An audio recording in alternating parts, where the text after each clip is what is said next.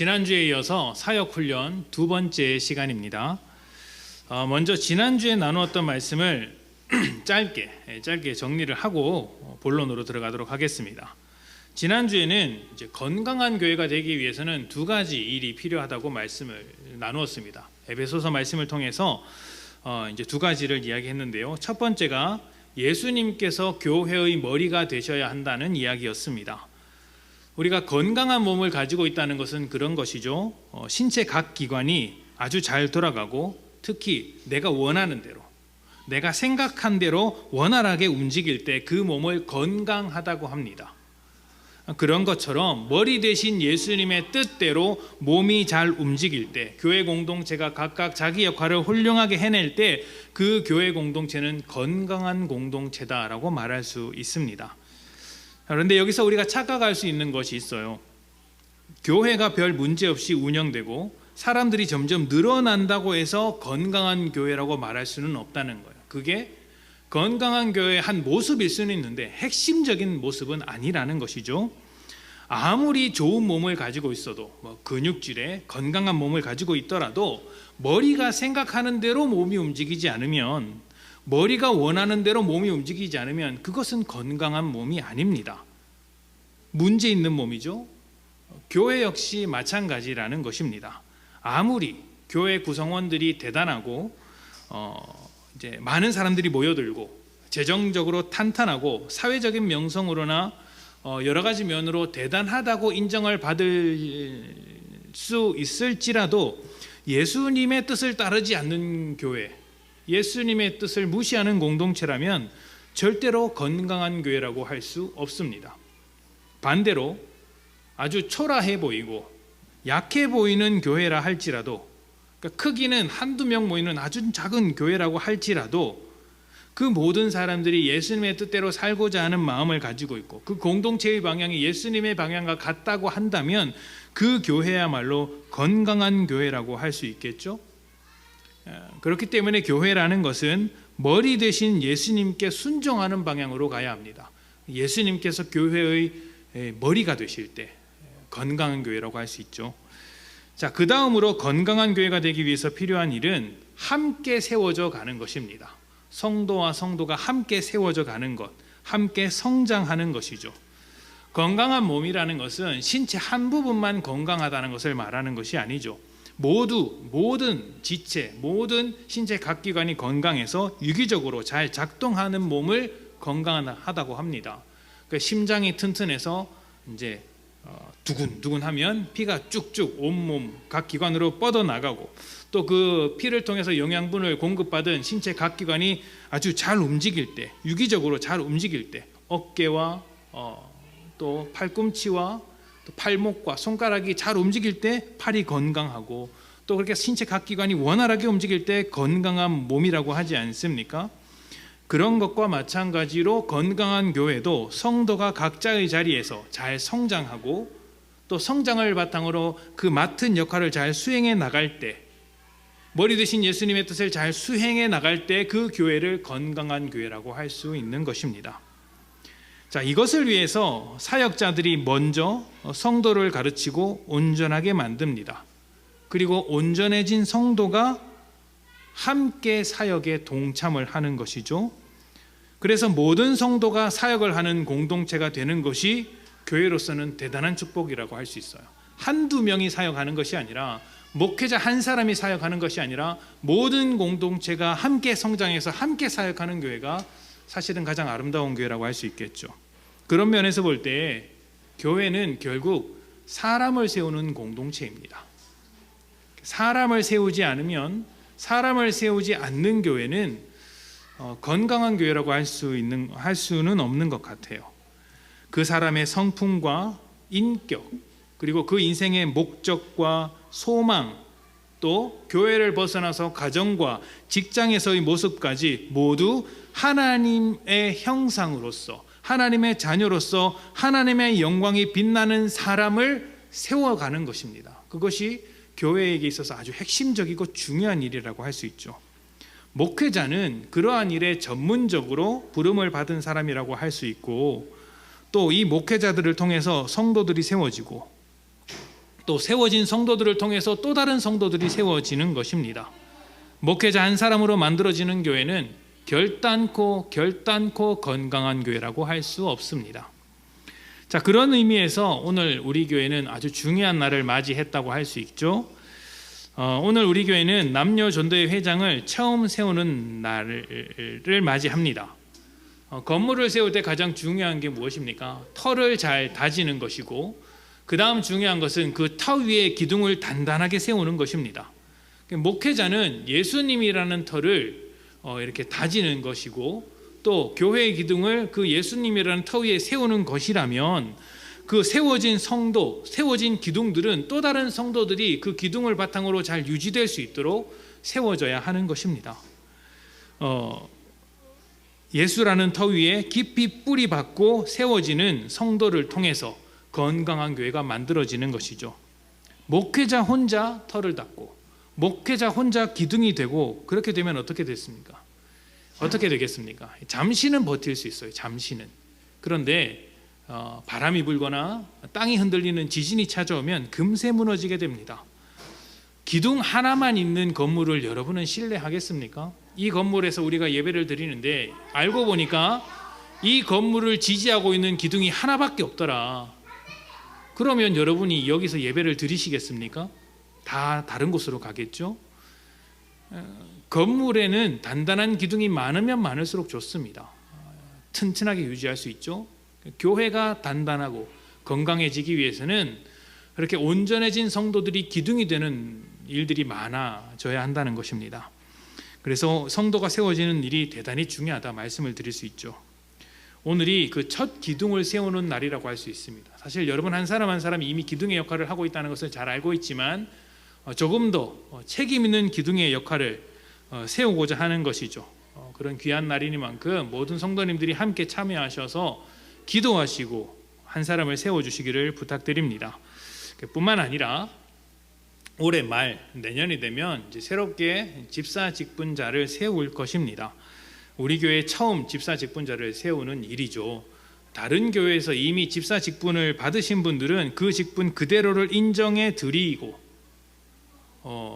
또 우리 교회에 오셨으나 아직 집사 직분을 받지 못하신 분들, 제자제 훈련을 충분히 받으셨고, 또 우리가 보기에는 얼마든지 집사의 직분을 받으셔도 되는 분들 중에 아직 받지 않으신 분들을 세워서 함께 우리가 기둥이 되는 역할을 나누어 가지려고 합니다. 이 귀한 일들을 통해서, 그러니까 전도회 회장을 세우는 일, 집사 직분을 세우는 일을 통해서 하나님의 교회를 세워가는 일이 우리 안에서 넉넉하게 이루어졌으면 좋겠습니다. 자, 오늘은 이제 본격적인 첫 시간으로서 사역이란 무엇인지에 대한 이야기를 나누도록 하겠습니다. 일단 이제 시작하기 전에 책 한 권을 소개하려고 하는데요. 목회자의 목회자라고 불리는, 얼마 전에 하나님의 품에 안기신 워렌 위어스비라는 목사님이 계십니다. 워렌 위어스비 목사님께서 쓰신 하나님의 일꾼과 사역이라는 책을 소개해드리고자 합니다. 이 위어스비 목사님의 그 설교 스타일, 그 책 내용을 읽어보면 굉장히 깊이 있으면서도 따뜻하고 또 본인의 경험과 잘 어우러져서 읽기 쉽게 기록이 되어져 있습니다. 이분께서 하나님의 일꾼과 사역이라는 책을 통해서 자신의 60년 사역의 경험을 바탕으로 하나님의 사역이 무엇인지에 대해서 우리에게 잘 소개하고 있어요. 제가 이 책을 읽으면서 굉장히 이제 동의하는 바가 많고 함께 나누었으면 좋겠다라는 생각이 좀 들었습니다. 그래서 이번 사역 훈련은 처음 국제제자훈련원에서 교재로 삼은 사역훈련 교재를 중심으로 하되, 이제 이 책 하나님의 일꾼과 사역이라는 책도 함께 참고해서 여러분에게 은혜를 나누도록 하겠습니다. 혹시라도 읽고 싶으신 분은 이제 사서 읽으시기를 바랍니다. 이제 비싸지 않아요. 이제 충분히 읽어보시는 것도 좋을 것 같아요. 자, 제 설교 다 끝나면 사서 읽으시기 바랍니다. 미리 읽으면 이제 스포가 되잖아요. 자, 그렇게 합시다. 자, 그러면 진짜 본격적으로 이제 본론으로 들어가서 사역이란 무엇일까요? 사역이 무엇인지 이해하는 것은 대단히 중요합니다. 여러분, 일을 하면서 그냥 하는 사람들이 있습니까? 일은 다 목적이 있습니다. 돈을 벌기 위한 것이라든지, 아니면은 가족을 먹여 살렸다든지, 어떤 사람은 뭐 그런 것이 아니고 그냥 이제 보람을 느끼기 위해서, 아니면 일 자체가 재미있어서 하는 사람이 있죠. 아니면 그냥 먹고 살기 위해서, 입에 풀 칠하기 위해서 마지못해 일을 하는 사람도 있습니다.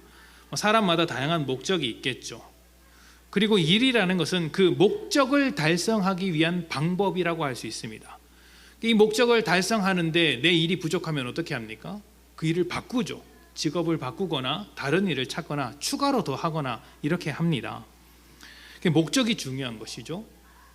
바다를 항해하는 배에게 배가 바다를 항해하는데 목적지가 있는 것 또한 중요합니다. 만약 목적지가 없으면 그 배는 어떻게 될까요? 이제 바다 위에서 표류하는, 방황하는 배가 되고 맙니다. 목적지가 확실해지면 그때부터 방향을 잡고 목적지를 향해서 걸맞게 나아가는 것이죠. 이제 배를 타고 가는 것이 좋다면 배를 타고 가는 것이고, 비행기를 타고 가는 것이 훨씬 좋다면 비행기를 타고 가겠죠. 근데 자동차를 타고 가지는 않을 거예요. 왜냐하면 바다를 건너야 하니까. 바다를 자동차로 건너가는 사람은 없지 않습니까? 그러니까 목적이 정해지면 그 목적에 걸맞는 방법을 사용하더라는 것이죠. 사역도 마찬가지입니다. 사역은 사역의 목적을 이루기 위한 방법입니다. 그래서 이 방법이 다양할 수 있습니다. 그러나 사역의 목적을 확실히 하는 것이 먼저여야 한다는 것입니다. 사역의 목적을 확실히 하고 그 사역을 진행해야 한다. 그 목적에 따라서 사역의 방법을 적절하게 사용할 수 있다는 것이죠. 자, 그렇다면 사역이란 무엇일까요? 다시 말해서 사역의 목적이란 무엇일까요? 이 질문을 바꿔보면 이렇게 말할 수도 있습니다. 교회는 무엇을 위한 공동체인가? 그리고 이것을 또 바꿔서 성경은 교회를 무엇이라고 말하는가? 예수님은 교회를 통해 무엇을 하려고 하시는가? 하나님은 교회에게 어떤 꿈, 어떤 소망, 어떤 바람을 가지고 계시는가? 교회가 무엇인지 이해하면 교회가 해야 할 사역도 충분히 이해할 수 있는 것이죠. 우리가 연초에 믿음의 문을 열다 시리즈를 하면서 이 교회에 대한 부분을 다룬 적이 있습니다. 그때 교회를 이런 공동체다라고 설명을 했죠. 고린도전서 1장 2절부터 3절입니다. 고린도전서 1장 2절부터 3절, 우리 주보에도 말씀이 있고 앞에 화면에도 말씀이 있으니까 다 같이 봉독하도록 하겠습니다. 자, 시작. 고린도에 있는 하나님의 교회 곧 그리스도 예수 안에서 거룩하여지고 성도라 부르심을 받은 자들과 또 각처에서 우리의 주 곧 그들과 우리의 주 되신 예수 그리스도의 이름을 부르는 모든 자들에게 하나님 은혜와 평강이 있기를 원하노라. 아멘. 자, 이 말씀을 통해서 교회의 정체성을 확인할 수 있었는데, 교회는 예수 안에서 거룩해진 사람들이고 성도라 부르심을 받은 자들이며 세상과 달리 예수님을 주인으로 모시는 사람들입니다. 이것을 다르게 바꾸어서 말하면 하나님의 백성이 되었다는 것이고, 하나님의 가족이 되었다는 것이고, 하나님의 자녀가 되었다는 것이죠. 하나님과 새로운 관계 안으로 들어갔다고 설명을 드렸습니다. 하나님과 끊어졌던 그 관계가 회복되어서 사랑으로 새로운 관계가 만들어진 것을 교회 공동체라고 말씀을 드렸죠. 그리고 하나님과의 관계가 회복되어서 다른 나머지 모든 관계들도 회복되었다, 이렇게 이야기를 했습니다. 하나님과의 사랑의 관계가 회복되어서 사랑과의 관계도 서로 적대시하는 관계에서 사랑의 관계로 회복되는 것이 교회 공동체이고, 또 거기서 한 걸음 더 나아가 온 자연세계, 피조세계와의 관계도 하나님의 통치, 우상으로서 세상을 섬기는 것이 아니라 오히려 하나님의 통치를 이제 이루어 가야 할, 다스려야 할 이제 장소로서 피조세계를 이해하게 되었다. 이렇게 관계로서 교회의 정체성을 설명을 드렸습니다. 그래서 교회가 하는 일도 이 관계와 깊은 관련이 있습니다.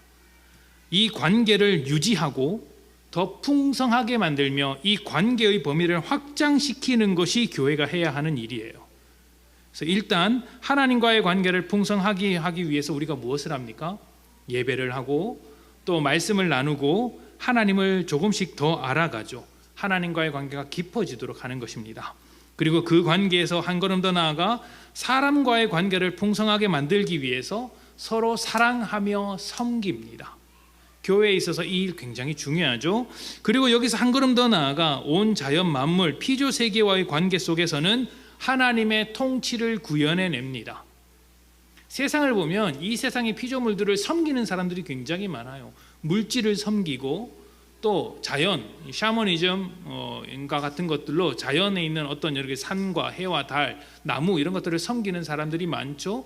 세상을 우상으로 섬기는 것이 아니라 하나님의 피조물로서 그들을 다스리는 것이 이제 교회의 역할이다. 하나님의 뜻대로 건강하게 다스려가는 것이죠. 이 모든 것을 아주 풍족하게 하는 것이 믿는 자들의 일이라고 할 수 있습니다. 그리고 이 모든 관계가 더 확장되기 위하여 단지 우리 안에 머무는 것으로 끝나는 것이 아니라 점점 더 확장되기 위하여 우리는 복음을 전합니다. 하나님 나라에 대한 열망을 가지고 이 관계의 범위를 점점 더 확장시켜 나가는 것이죠. 바로 이 모든 일이 하나님께 온전한 영광을 돌리는 일이라고 말씀을 드릴 수 있을 것 같아요. 자, 그렇다면 이 모든 일의 중심, 지금 제가 말씀드린 이 모든 일의 중심에는 무엇이 있어야 할까요? 관계를 회복하는 복음, 예수 그리스도께서 우리를 위하여 죽으셨다는, 우리를 위하여 죽으시고 부활하셨다는 그 복음이 중심에 있어야 합니다. 요한복음 6장 28절부터 29절 말씀을 봅시다. 요한복음 6장 28절부터 29절입니다. 다 같이 봉독합니다. 자, 시작. 그들이 묻되 우리가 어떻게 하여야 하나님의 일을 하오리이까? 예수께서 대답하여 이르시되 하나님께서 보내신 일을 믿는 것이 하나님의 일이라 하시니. 아멘. 자, 사역이란 하나님의 일을 하는 것입니다. 하나님의 일, 하나님의 일이라는 것은 하나님께서 하시는 일을 하는 거예요. 하나님께서 하시는 일을 우리가 하는 것이 하나님의 일을 하는 것이고 그것이 사역이라는 것입니다. 하나님께서 무엇을 하셨습니까?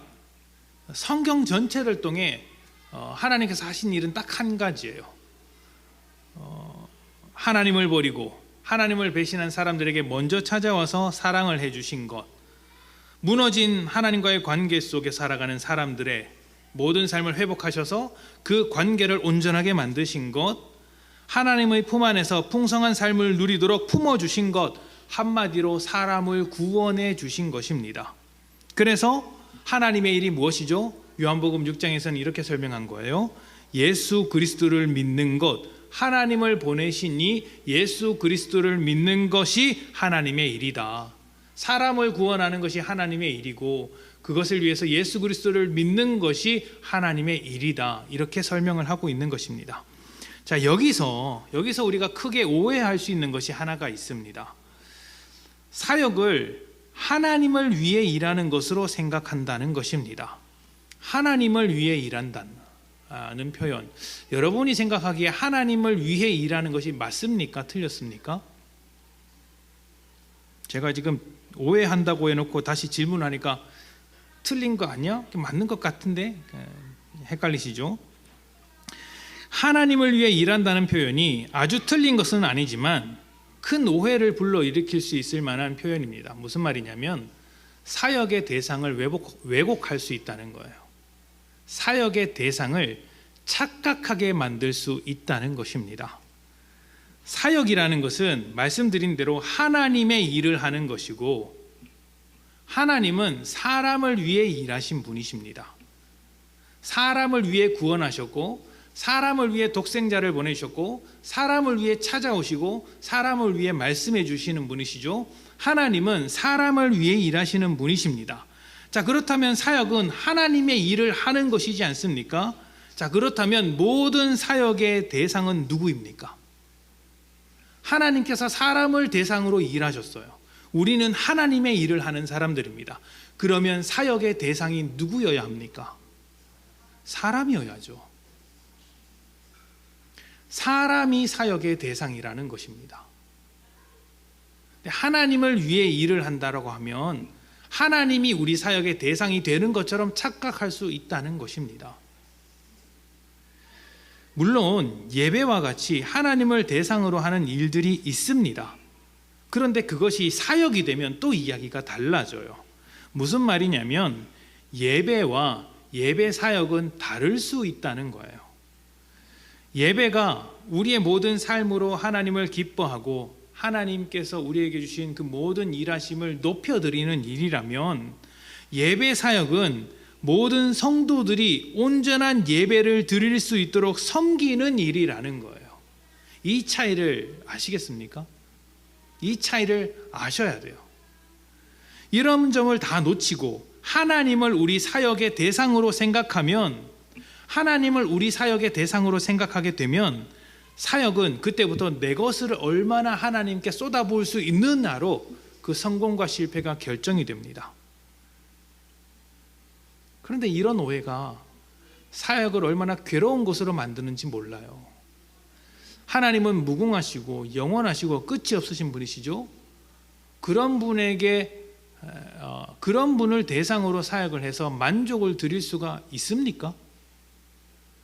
여러분, 하나님 앞에 하나님을 위해서 헌신하려고 한다면 얼만큼 헌신해야 하나님께서 기뻐하시겠어요? 여러분이 가지고 있는 물질을 하나님께 쏟아내야 한다면 11조를 드리는 것도 버거운데 10의 2조, 10의 3조를 드리는 것으로도 부족해. 10의 9조를 바치라고 한다면 여러분, 그것은 짐입니까? 아닙니까? 무겁죠. 힘들죠. 하나님은 그런 것으로 우리를 기뻐하지 않습니다. 이런 것과 같아요. 여러분, 이제 자녀들이, 여러분 자녀가 몇 살이죠? 이제 좀 어린 자녀들을 이제 키우시는 부모님들이 계시죠? 초등학생 혹은 저희 아이는 7살이니까 7살, 6살, 5살 아이라고 해봅시다. 이 아이가 부모님께 기쁨을 드리겠다라는 말을 하면서 밖에 나가서 돈을 벌러 나간다면 여러분, 그 돈을 기쁘게 받으시겠습니까? 부모님께 용돈을 드려야지 하면서 막 달려나갔어요. 그리고 그 돈 뭘 하냐면 밖에 나가서 구두를 닦아요. 하루 종일 구두를 닦아서 10,000원을 벌었습니다. 그리고 그 돈을 부모님한테 갖다 바쳐요. 여러분이 그 돈을 받으면서 와, 기분 좋다 하겠습니까? 저는 싫습니다. 아마 여러분도 싫을 것입니다. 하나님도 싫을 거예요. 왜 우리가 자녀들을 기뻐하죠? 자, 사실은 자녀가 뭘 해서 기쁜 게 아니라 자녀들이 행복하게 살면 그게 기쁜 것 아닙니까? 또 자녀기 때문에 그냥 기쁜 것이죠. 하나님께서 우리를 기뻐하시는 것도 마찬가지입니다. 우리는 하나님 앞에서 부족하지만 하나님께서 우리를 자녀로 품어주셨기 때문에 그 자녀됨 하나로 우리를 기뻐하시는 것이죠. 자녀들이 무엇을 하든지 그 자녀됨 때문에 기뻐하시는 것이란 말입니다. 그러니까 하나님 앞에 만족을 드리기 위해서 하나님을 위해서 일을 한다라는 것 자체가 사실은 정확한 신앙의 언어라고 말하기는 좀 어렵습니다. 여러분이 사역이라는 말을 들으면 어떤 생각이 드세요? 같이 교회 사역을 합시다, 이런 말을 들으면 어떤 생각이 드세요? 같이 주일학교 봉사 좀 합시다, 교회에 이런 손길이 필요한데 여러분 같이 좀 합시다라는 그런 말을 들으면 어떤 마음이 드십니까? 돌 하나 마음에 얹은 것 같지 않으세요? 큰 부담으로 다가오지 않습니까? 이게 하기는 해야 하는데 그렇다고 막상 하기에는 너무 큰 짐을 지는 것 같아서 좀 애매모호한 태도로 억지로 할 수밖에 없는 일이라고 생각하는 것은 아닌지 모르겠습니다. 그런데 이렇게 생각하는 이유는 일단 그런 면도 있겠죠. 믿음이 약해서, 성숙하지 않아서인 것이죠. 믿음이 약하다는 것은 열심이 없다라는 게 아니에요. 그 삶의 방향이 하나님 나라로 기울어져 있지 않고 하나님과 같은 시선을 가지고 있지 않아서 사역에 동참하지 않는 경우도 있습니다. 하나님 나라에 대한 열망이 부족한 것이죠. 먼저 그의 나라와 그의 의를 구하라 라는 말씀 앞에서 별로 감동이 없는 거예요. 여기서 구하라라는 게 찾으라, 적극적으로 찾아 헤매라 이런 말이거든요. 열망하라는 뜻이에요. 근데 그 열망이 내게 없어요. 믿음이 약한 것이죠. 그래서 사역에 조금 미지근한 것일 수가 있습니다. 그러나 더 많은 경우에는 하나님을 위해서 나를 갈아 넣어야 한다는 생각을 가지고 있기 때문에 부담스러운 것입니다.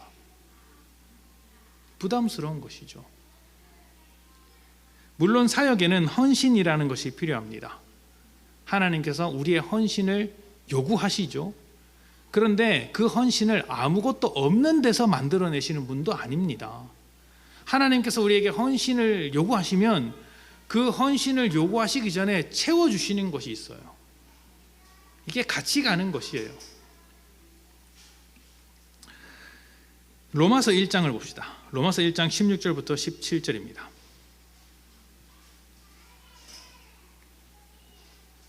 로마서 1장 16절부터 17절 우리 함께 봅시다. 자, 시작. 내가 복음을 부끄러워하지 아니하노니 이 복음은 모든 믿는 자에게 구원을 주시는 하나님의 능력이 됨이라. 먼저는 유대인에게요 그리고 헬라인에게로다.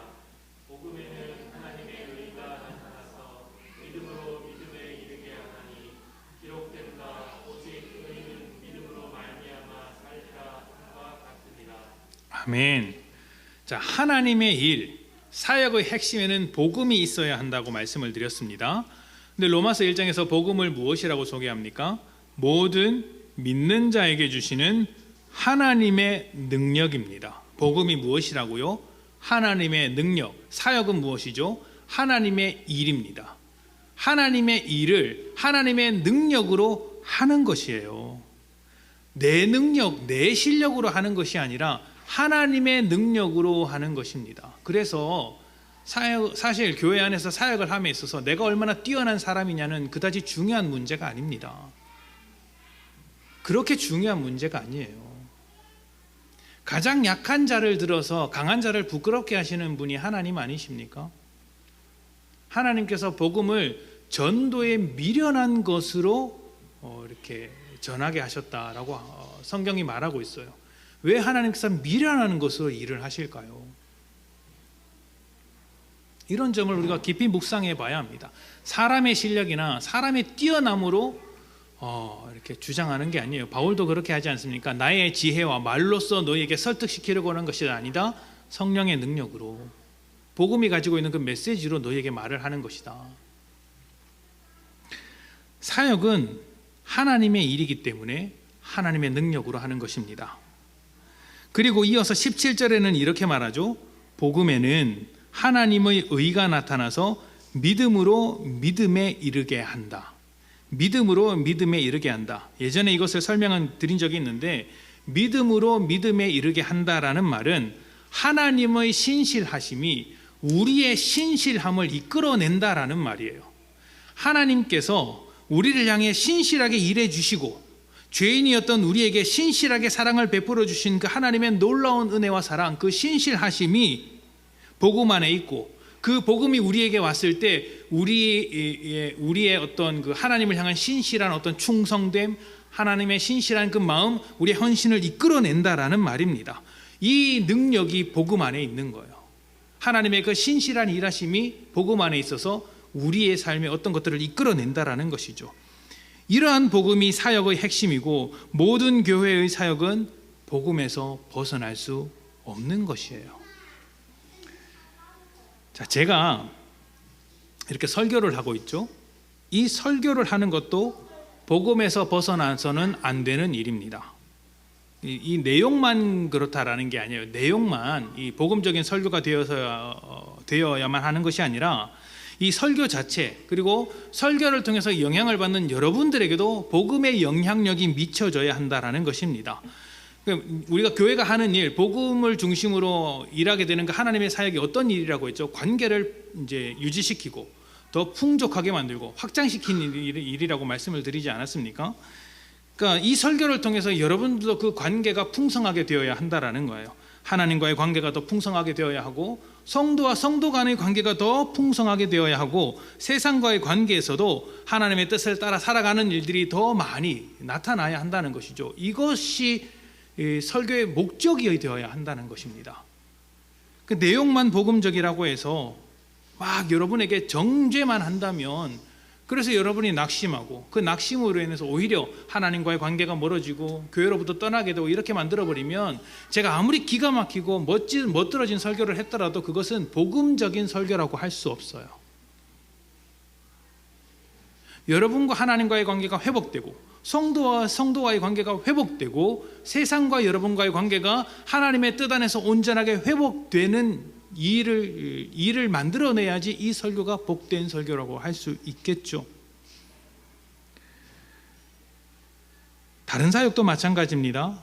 우리가 함께 찬양팀이 이렇게 찬양으로 우리가 함께 섬기고 찬양을 인도했는데, 하나님과의 관계를 풍성하게 만드는 찬양팀이 아니라면, 복음이 담겨져 있지 않은 찬양팀이라면, 하나님과 성도들 사이를 연결하기 위해서 찬양하는 것이 아니었다면 그냥 대중음악을 하는 밴드와 다를 바가 없습니다. 장르만 CCM이고 장르만 찬송가인 거예요. 복음이 빠지면 안 됩니다. 그래서 사실 찬양팀에게 중요한 게 무엇인지 아세요? 뭔지 아세요? 찬양팀에게 중요한 게, 찬양을 앞에 나와서 찬양을 하는 것도 중요하지만 찬양을 마치고 나서 그 자리에 앉아서 예배를 드리는 것도 대단히 중요합니다. 이 찬양팀은 특별히 부담을 가지고 들었으면 좋겠어요. 여러분들이 앞에 나와서 찬양을 부르는 건 사실 찬양팀 사역에 있어서 가장 중요한 일이 아니에요. 가장 중요한 일은 성도들을 하나님과 연결시키는 사역을 하고 있는 것이죠. 여러분들이 찬양을 드렸는데, 찬양을 열심히 드리고 나서 앉아서 예배 드릴 때 예배답지 못하게 예배를 드리면 그 모습을 보는 성도들이 과연 온전한 예배를 드릴 수 있겠습니까? 제가 그 몇 년 전에 어떤 작은 그 수련회 집회를 도왔던 적이 있습니다. 근데 저는 스텝으로 섬겼고 기획자로 섬겼는데, 그때 이제 그 사전 모임이 있었어요. 그러니까 스텝들, 섬기는 자들, 교사들, 그리고 각 교회에서 파송된 여러 가지 사역자들이 모여서 한 100여 명 가까이 모여서 이제 전국 수련회를 준비하기 위한 사전 모임을 모였습니다. 그때 이제 찬양을 뜨겁게 하고 말씀을 나누고 했는데, 그 찬양을 뜨겁게 나누고 나서 그 찬양팀이 다 뒤쪽으로 빠지는 거예요. 다 뒤쪽에 빠져서 이제 예배 맨 뒷자리에 앉아 있는 것입니다. 저는 기획자고 그 총괄하는 사람이었기 때문에 그 사람들도 더 뒤에 앉아 있었죠. 그래서 앞에 설교자가 설교를 하고 이제 가까운 곳에서 청중들, 이제 사역자들과 이제 함께하는 스태프들이 말씀을 듣는데, 맨 뒤에 앉아 있는 그 찬양팀이 뭘 하고 있느냐면 다 휴대폰을 하고 있는 거예요. 자기 할 일은 끝났다는 것이죠. 제 성질이 별로 안 좋지 않습니까? 속에서 치밀어 올랐어요. 그래서 마음 같아서는 그 찬양팀을 수련회 때 세우고 싶지 않았어요. 이미 계약이 끝났기 때문에 어쩔 수 없었는데 진짜 세우고 싶지 않았어요. 근데 그 앞에서 설교를 하시는 설교자분들도 저거 똑같은 마음이셨던 것 같아요. 그분도 대단한 고집이죠. 설교를 안 하시는 거예요. 가만히 계시는 거예요. 제가 눈치를 챘죠. 근데 찬양팀은 눈치를 못 채는 거예요. 계속 휴대폰 하고 있는 거예요. 근데 사람들이 수근수근거리지 않습니까? 그러니까 그제서야 이제 좀 이렇게 휴대폰을 내려놓는 것이죠. 그런 모습을 보여주면 그 다음부터 찬양을 하는 것이 은혜가 되겠습니까? 그러니까 찬양팀은 앞에서 찬양을 하는 것만큼 앉아서 예배를 드리는 게 중요해요. 대단히 중요한 것입니다. 찬양팀만 그런 것이 아니에요. 여기에 앉아있는 모든 성도님들이 그렇습니다. 성도가 되었다라는 것은 여러분 이렇게 이해하셔야 돼요. 세상 앞에 보여지는 사람이 되었다. 세상 앞에서 나를 보여지는 사람이 된 게 아니에요. 하나님을 보여주는 사람이 된 거예요. 그러니까 지금 교회 안에서는 제가 도드라지게 보이죠. 그래서 제가 설교를 했는데 이제 뭐 좀 외람된 말씀이지만 설교를 아주 잘하고 여러분의 은혜를 받았다고 해봅시다. 집에 가는 길에 제가 주차장에 앉아가지고 담배 한 대를 피고 있었다. 오늘 좀 마음에 안 드는데 이러면서 담배를 뻑뻑 피고 있었다고 해봅시다. 여러분 다음 주에 와서 은혜 받겠어요? 그러면 저는 제 사역은 복음적인 관점에서 실패하는 거예요. 연설이라는 관점에서는 성공했을지 모르죠. 좋은 연설을 했으니까, 좋은 설교를 했으니까. 복음적인 관점에서는 실패를 한 것이죠. 근데 여러분은 세상에 보여지는 사람들 아닙니까? 교회 와서 예배를 드리는 데는 성공했을지 모릅니다. 세상으로 돌아가서는 하나님의 사역을 잘 하고 있습니까? 여러분을 보고 세상 사람들이 하나님을 경험하고 만나고 있느냐는 거예요. 하나님의 사역에 동참하고 계시는가? 이것은 직분이 있거나 없거나의 문제가 아닙니다. 누구에게나 해당되는 이야기예요. 교사일 수도 있고, 교회 청소 봉사를 하는 사람일 수 있고, 주방 봉사를 하시는 분들도 계시죠. 오늘 전도회 회장을 뽑는데 전도회 회장에게 해당되는 이야기이기도 하고, 또 집사님들에게도 해당되는 이야기죠. 목회자인 저에게도 해당되는 이야기입니다. 이 모든 사람들이 복음을 담아내지 못하는 사람이라면 이것은 그냥 세상에서 보여지는 여러 가지 봉사활동과 크게 다를 바가 없습니다. 세상 사람들도 봉사활동하고 복지와 관련된 여러 가지 일들을 하지 않습니까? 남을 돕는 봉사활동도 의미가 있고 이 세상 가운데 굉장히 유익한 일입니다. 그런데 하나님의 사역이라면 반드시 복음적인 내용을 품고 있어야 한다라는 거예요. 복음적인 사역을 품고 있어야 한다.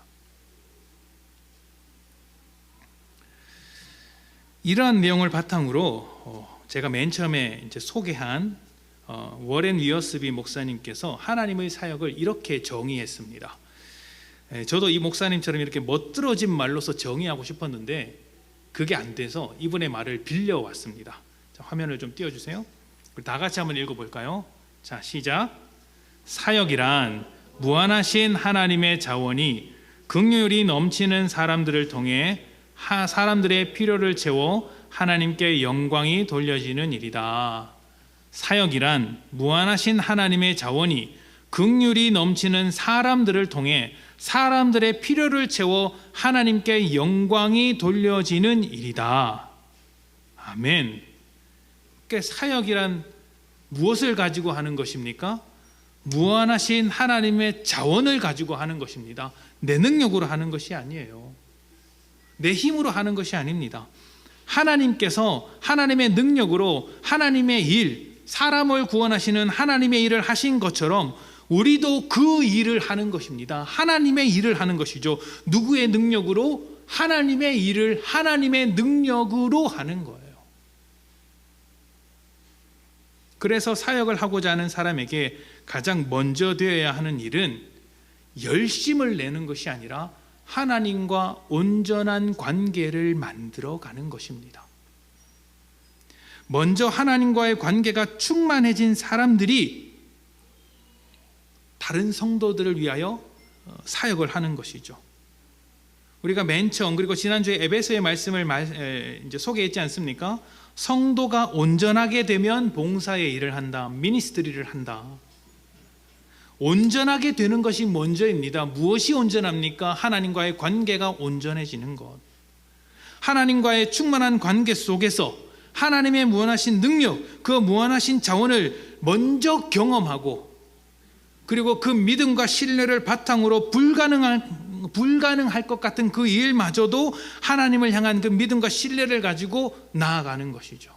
누구의 능력으로? 하나님의 능력으로. 가정 안에서 우리의 힘으로 도무지 풀리지 않을 것 같은 문제들을 하나님의 무한하신 그 자원으로, 하나님의 무한하신 그 능력으로 풀어내고, 교회에서 아무리 애를 써도 변화되지 않는 영혼을 하나님의 끝없는 사랑으로 변화시켜내는 것이죠. 직장에서도 하나님의 능력과 자원을 신뢰하여서 하나님의 사역을 하는 것입니다. 우리로서는 안 되지만, 나로서는 불가능하지만, 나로서는 이 가정과 이 직장과 이 교회를 회복시킬 수 없다고 생각하지만 하나님의 능력으로 하나님의 일을 이루어내는 것입니다. 제가 이 부분을 이제 준비하면서 이 설교가 길어지니까 이제 뺀 부분이 있어요. 근데 생각이 나서 다뤄야 될 것 같아요. 하나님의 능력이 무엇입니까? 우리는 하나님의 능력이라고 한다면 내가 하고 싶은 것을 이루어주는 능력이라고 착각을 해요.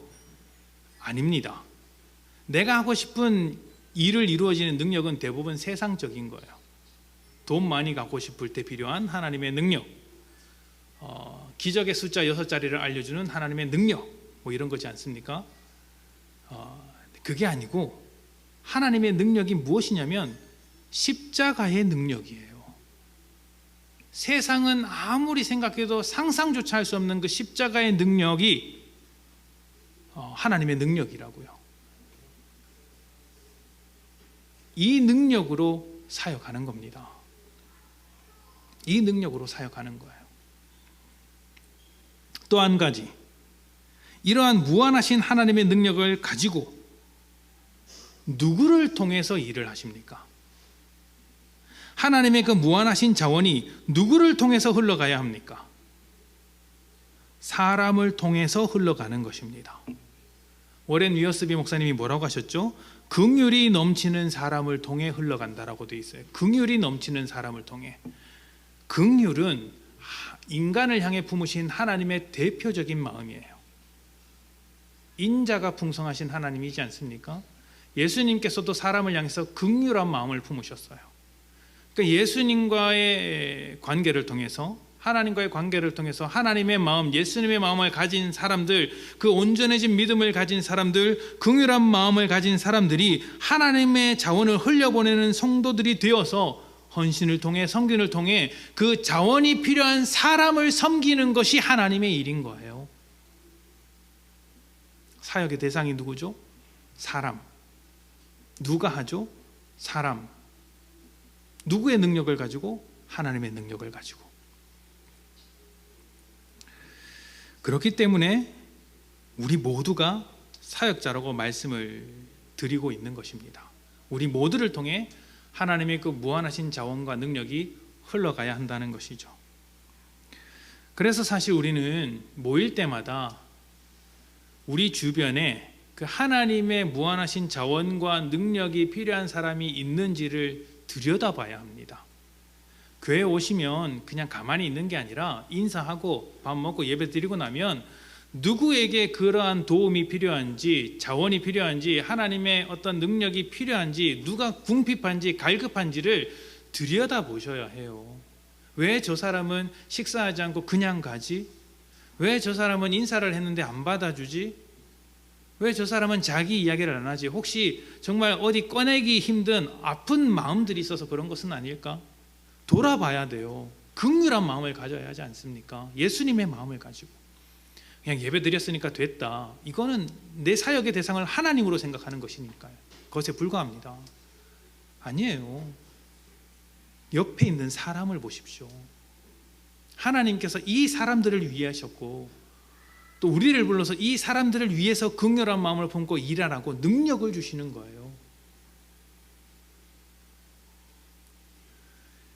저는 목회자라서 그런지 몰라도 그런 마음이 있습니다. 그래서 교회 안에서 설교를 듣는데 여러분들의 표정이 좀 불편하면 제 마음이 계속 신경 쓰여요.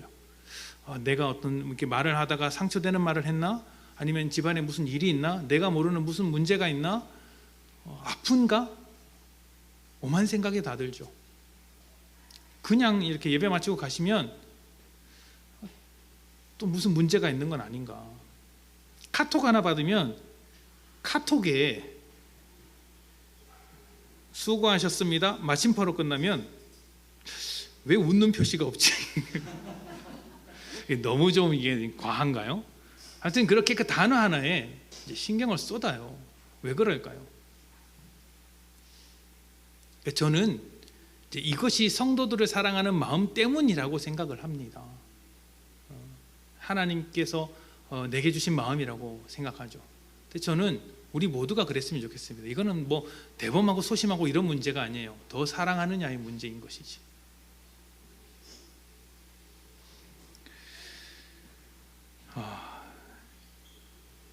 정리해 보면 사역이라는 것은 하나님의 일을 하는 것입니다.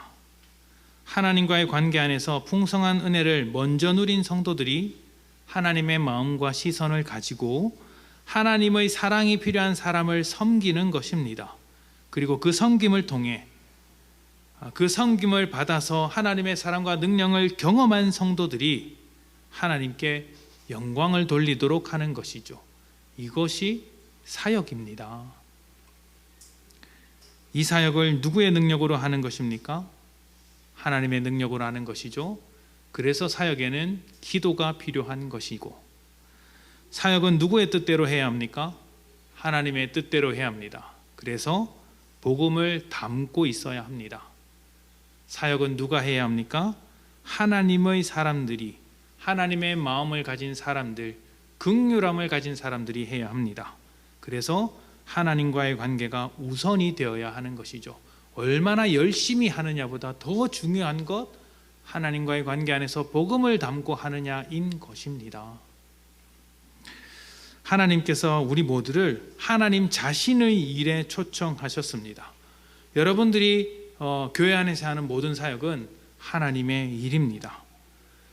우리 모두 사역자로 부름받았다는 것을 기억하시고 하나님께서 하시는 일의 동역자로서 함께 일하시는 복된 성도님들이 되시기를 축복합니다. 함께 기도합시다.